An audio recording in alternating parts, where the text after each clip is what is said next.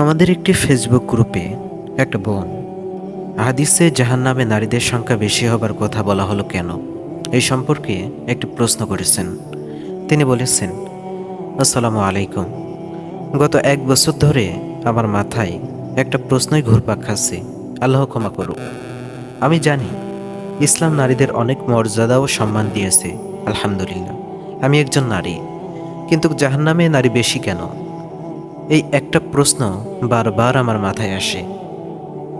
কিছুদিন আগে একটা পোস্ট দেখলাম, যেখানে লেখা, অমুক ধর্মে নারীদের জাহান্নামে দরজা বলা হচ্ছে, তমুক ধর্মে আবার কি জানি একটা লেখা ছিল, লাস্টে ছিল, আর ইসলাম ধর্মে মায়ের পায়ের নিচে সন্তানের বেহেশত। কিন্তু আমার মাথায় সেই একটাই প্রশ্ন, ইসলাম ধর্মেও তো বলা হচ্ছে যে জাহান্নামে নারী বেশি। এই ধর্ম কিভাবে অন্য ধর্মের থেকে আলাদা হলো? এই একটা প্রশ্ন মানেই আসলেই কান্না পাই। অনেক কান্নাকাটি করেছি। আল্লাহ কি এতই নিষ্ঠুর? নাউজুবিল্লাহ। নিজের কাছেই খারাপ লাগে। আগে এই ধরনের প্রশ্ন মাথায় আসতো না। আল্লাহর কাছে যা চেয়েছি তাই পেয়েছি, আলহামদুলিল্লাহ। ইদানিং কেন যেন সব কিছু থেকে মন উঠে গেছে। আল্লাহ ক্ষমা করুক। প্রশ্নটি এত বড় করে ঘুরিয়ে পেঁচিয়ে লেখার জন্য দুঃখিত। আমি শুধু আমার মনের অবস্থা লেখাগুলোর মাধ্যমে প্রকাশ করতে চেয়েছি। সে এখানেই থেমে গেছে। আমাদের এক ভাই, তিনি তার প্রশ্নের উত্তর দিয়েছেন ঠিক এরকমভাবেই। ওয়ালাইকুম আসসালাম ও রহমতুল্লাহি ওয়া বারাকাতুহু। প্রিয় বোন, হযরত আব্বাস রাদিয়াল্লাহু তাআলা আনহু হতে বর্ণিত, তিনি বলেন, নবী সাল্লাল্লাহু আলাইহি সাল্লাতু ওয়াসসালাম বলেছেন, আমাকে জাহান্নাম দেখানো হয়, আমি দেখি তার অধিবাসীদের বেশিরভাগই নারী জাতি, কারণ তারা কুফরি করে। জিজ্ঞাসা করা হলো, তারা কি আল্লাহর সঙ্গে কুফরি করে? তিনি বললেন, তারা স্বামীর অবাধ্য হয় এবং অকৃতজ্ঞ হয়। তুমি যদি দীর্ঘদিন তাদের কারোর প্রতি এহসান করতে থাকো, অতঃপর সে তোমার সামান্য অবহেলা পেলেই বলে ফেলে, আমি কখনো তোমার নিকট হতে ভালো ব্যবহার পাইনি। সহিহ বুখারী শরীফের একটি হাদিস। আরেকটি হাদিসে আবু হুরায়রা রাদিয়াল্লাহু তাআলা আনহু হতে বর্ণিত, তিনি বলেন, রাসূলুল্লাহ সাল্লাল্লাহু আলাইহি সাল্লাম বলেছেন, জান্নাতে প্রথম প্রবেশকারী দলের আকৃতি পূর্ণিমার চাঁদের ন্যায়ের উজ্জ্বল হবে।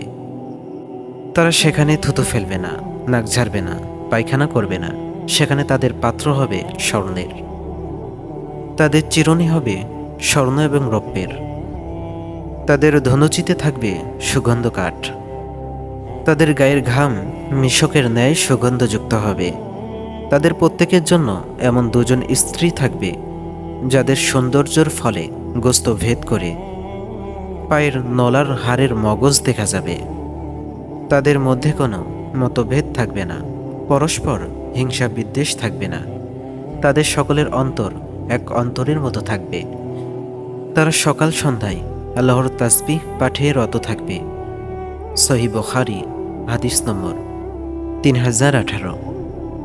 প্রথম হাদিসের মাঝে যেমন মহিলাদের জাহান্নামী বেশি বলা হয়েছে, তেমনি দ্বিতীয় হাদিসের মাঝে একজন পুরুষের বিপরীতে দুজন নারী জান্নাতে স্ত্রীর কথা বলা হয়েছে। এর মানে দ্বিতীয় হাদিসই তো প্রমাণ করে যে পুরুষের তুলনায় মহিলারা জান্নাতে ডাবল হবে। সুতরাং এক হাদিস দেখে মর্মাহত হবার কি হলো? যে হাদিসে মহিলাদের জাহান্নামী হবার সংখ্যা বেশি বলা হয়েছে, সেখানে এর কারণ দেওয়া হয়েছে। এক হলো স্বামীর অবাধ্যতা, দ্বিতীয় হলো অকৃতজ্ঞতা হওয়া। এ অপরাধে দোষী নারীরাই জাহান্নামী হবে। যদি এমন অপরাধী নারীর সংখ্যা বেশি হয়, তাহলেই কেবল সে জাহান্নামী হবে। তবে এটা চিরস্থায়ী জাহান্নাম নয়, বরং নারী মুমিন হলে তার অপরাধের শাস্তি পেলে এবং শাস্তি শেষ হলে সেও জান্নাতি হবে। পুরুষদের মাঝেও যদি এমন অকৃতজ্ঞ ও আল্লাহর বিধানের অবাধ্যতা, মায়ের অকৃতজ্ঞতা পাওয়া যায়, সেও জাহান্নামী হবে, তাহলে এটাই তো বরাবরই হয়ে গেল। এছাড়া কিয়ামতের আগে পুরুষের তুলনায় নারীদের সংখ্যা অনেক বৃদ্ধি পাবে। হাদিসে বর্ণিত হয়েছে। আনাস ইবনে আব্দুল মালিক রাদিয়াল্লাহু তাআলা আনহু হতে বর্ণিত আছে, তিনি বলেন, আমি এরূপ একটি হাদিস তোমাদেরকে শোনাচ্ছি, যা আমি রাসূল সাল্লাল্লাহু আলাইহি সাল্লামের মুখে শুনেছি। তোমাদের সামনে এ হাদিসটি আমার পরবর্তীতে আর কেউ বর্ণনা করবে না, যিনি রাসূল সাল্লাল্লাহু আলাইহি সাল্লাতুয়াসসালামকে বলতে শুনেছেন। রাসূলুল্লাহ সাল্লাল্লাহু আলাইহি সাল্লাতুয়াসসালাম বলেছেন, কিয়ামতের নিদর্শন হলো ইলম দিন জ্ঞান উঠে যাবে, মূর্খতার প্রসার ঘটবে, ব্যাপক হারে জিনা ব্যভিচার ছড়িয়ে পড়বে, মদ্যপান করা হবে, স্ত্রীলোকের সংখ্যা বৃদ্ধি পাবে এবং পুরুষের সংখ্যা কমে যাবে।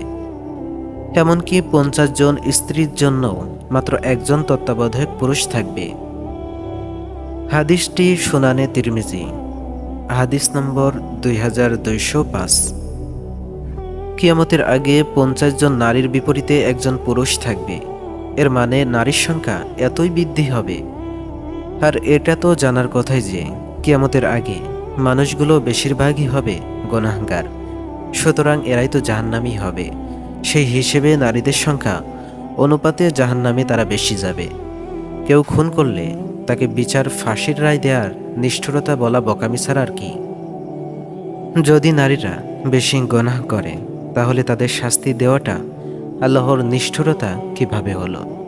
যদি পুরুষ একই অপরাধ করলে তাকে ক্ষমা করা হতো আর নারী করলে তাকে শাস্তি দেওয়া হতো, তাহলে এটা নিষ্ঠুরতা হতো।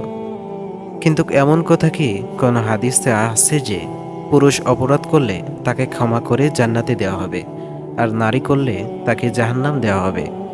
কিংবা কোনো নারী ঈমান আনার পর ইবাদত করার পর তাকে জাহান্নামে দেওয়া হবে, এমন কথা কি কোনো হাদিস এবং কোরআনে এসেছে?